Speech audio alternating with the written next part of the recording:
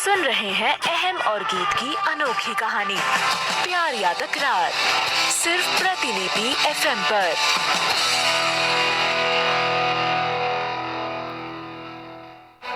दादू के police station चलने की जिद पर लीना मन ही मन खुद से बोली, दादू को मैं किसी भी हालत में पुलिस स्टेशन जाने नहीं दे सकती, इन्हें रोकना ही होगा।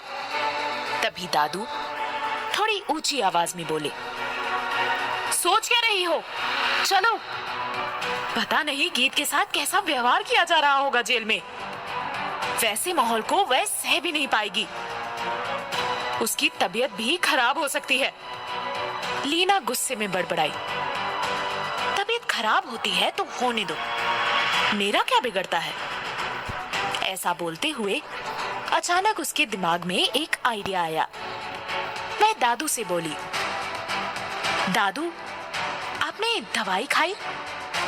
दादू बिगड़ते हुए बोले, मुझे कुछ नहीं खाना है अभी, तुम मेरे साथ चलती हो या मैं अकेले ही जाऊं? लीना फिक्र करने का दिखावा करती हुई बोली, दादू मैं आपको अकेले कैसे जाने दे सकती हूँ, मैं जाऊंगी ना आपके साथ, लेकिन पहले आपको दवाई खानी होगी। कहीं आपकी तबीयत रास्ते में बिगड़ गई तो? डॉक्टर ने भी कहा था कि आप ज्यादा स्ट्रेस ना लें। दादू कड़वाहट भरे अंदाज में बोले, हाँ हाँ पता है मुझे मत सिखाओ, कुछ नहीं होगा मुझे।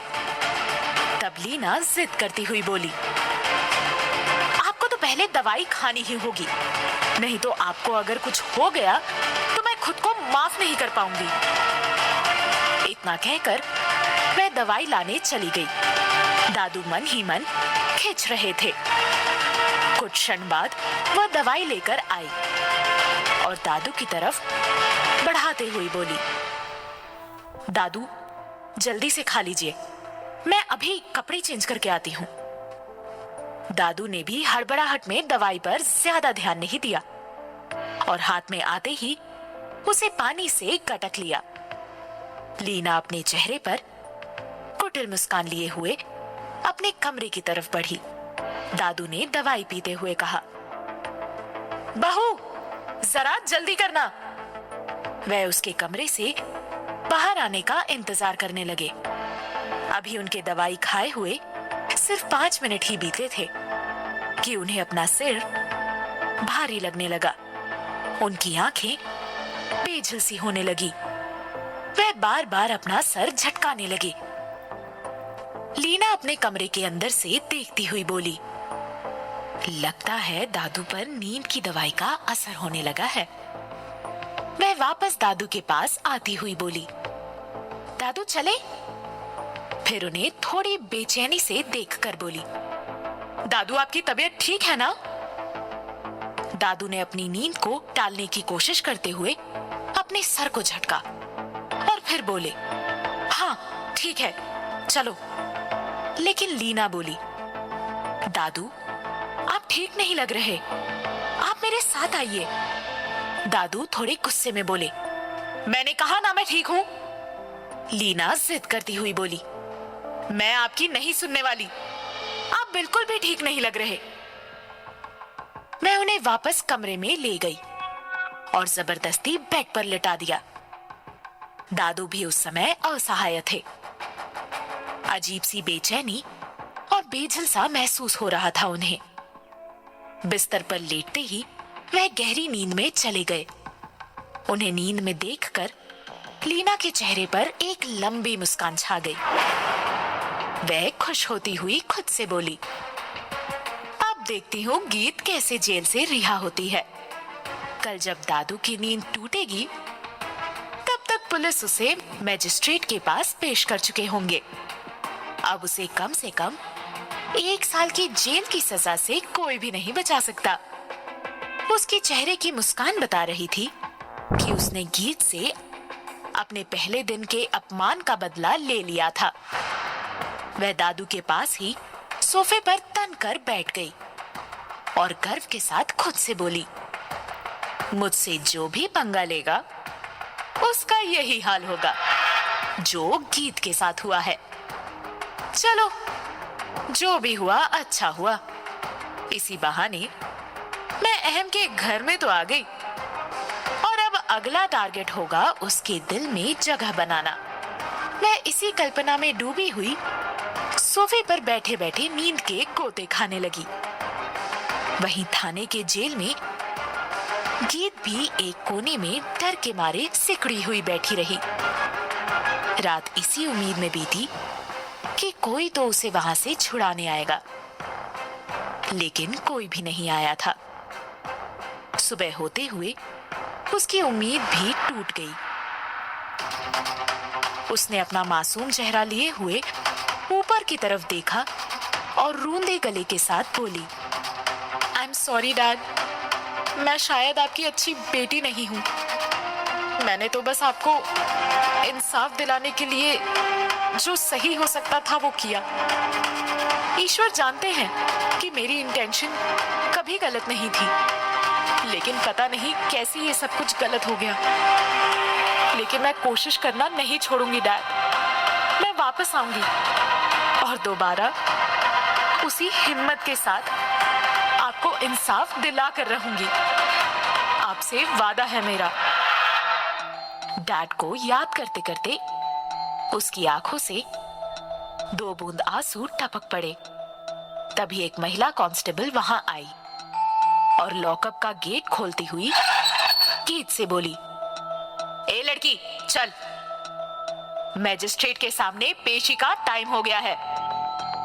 गीत जाने के लिए खड़ी हुई ही थी कि तभी एक कांस्टेबल ने गीत का हाथ पकड़ा और उसे खींचते हुए लॉकअप से बाहर निकाला। फिर उसे अपने पुलिस वैन में डाल दिया। गाड़ी कोर्ट के लिए निकल पड़ी। हाथों में हथकड़ियां पहने गीत वैन से बाहर की तरफ आती जाती गाड़ियों को देखने लगी थी। कुछ देर बाद पुलिस की वैन कोर्ट पहुंची। वहां कोर्ट के बाहर मीडिया की बहुत भीड़ लगी हुई थी। जगह जगह मीडिया वाले तैनात थे। गीत ने गाड़ी के अंदर से देखा तो वह हैरान रह गई। वह खुद से बड़बड़ाई, इतनी सारी मीडिया की भीड़। उसकी बात सुनकर एक महिला कांस्टेबल झिड़की देती हुई बोली, तूने काम ही ऐसा किया है। तुम्हें नहीं पता था कि अहम कपूर कौन है? इतने बड़े लोगों के साथ पंगा लिया है तो मीडिया वाले पीछे तो पड़ेंगे ही। अब नीचे चल, देख तुम्हारा स्वागत कैसे होता है। वह कांस्टेबल के साथ नीचे उतरी ही थी कि किसी ने उसके चेहरे पर स्याही से भरी हुई पूरी बोतल फेंक दी। उसका चेहरा और कपड़े स्याही से रंग गए। गीत एकदम हक्का बक्का रह गई। वह रोने लगी। पुलिस वालों ने तुरंत ही गीत के चारों तरफ सुरक्षा घेरा कड़ी कर दी। कुछ लोग पुलिस की बैरिकेडिंग तोड़ के गीत को पकड़ने की कोशिश करने लगे तो कुछ के हाथ उनके बाल तक भी पहुंच गए थे, लेकिन गीत ने किसी तरह अपना बचाव कर लिया था। वहां उन लोगों का गुस्सा देखकर गीत सहम सी गई थी। वहां आसपास खड़ी महिलाएं तरह तरह की बातें बना रही थी। देख रही है इस लड़की को, पता नहीं क्या क्या गुल खिलाए होंगे इसने। थू है ऐसी लड़कियों पर। इन्हीं लोगों के कारण बाकी लड़कियां बदनाम हैं। इन लोगों का काम ही है भोले भाले लड़कों को फंसाना ताकि उनसे पैसे ऐंठ सके। वहां जितने मुंह थे उतनी बातें हो रही थी। मीडिया वाले भी पीछे कहां रहते, वो भी उससे प्रश्न पूछने के लिए लपक पड़े थे। वो अपने अपने माइक गीत के सामने ऐसे लगा रहे थे जैसे अभी उसके मुंह में ठूस देंगे। सभी रिपोर्टर अपने अपने प्रश्न पूछते रहे। गीत, आपने अहम कपूर को ब्लैकमेल करने की कोशिश क्यों की? आप उन्हें ब्लैकमेल करके क्या हासिल करना चाहती थी मिस गीत? क्या आपका अहम कपूर के साथ अवैध संबंध था? गीत ने जब ऐसे सवाल सुने तो उसका दिल टूट सा गया था। उसने कभी सपने में भी नहीं सोचा था कि उससे कभी ऐसे सवाल भी पूछे जाएंगे। वह किसी को बिना कुछ जवाब दिए चुपचाप कोर्ट के अंदर दाखिल हो गई। कोर्ट के अंदर वह एक कुर्सी पर चुपचाप बैठ गई। वहीं दूसरी तरफ कुछ महिला आयोग के लोग बैठे थे, जिन्होंने खुद गीत के विरुद्ध एफआईआर दर्ज कराई थी। गीत कुर्सी पर सर झुकाए बैठी थी कि तभी उसके कानों में पीछे से किसी आदमी की आवाज सुनाई पड़ी। मिस्टर अहम, आप यहाँ? गीत हैरान होती हुई तुरंत पीछे की तरफ मुड़ी।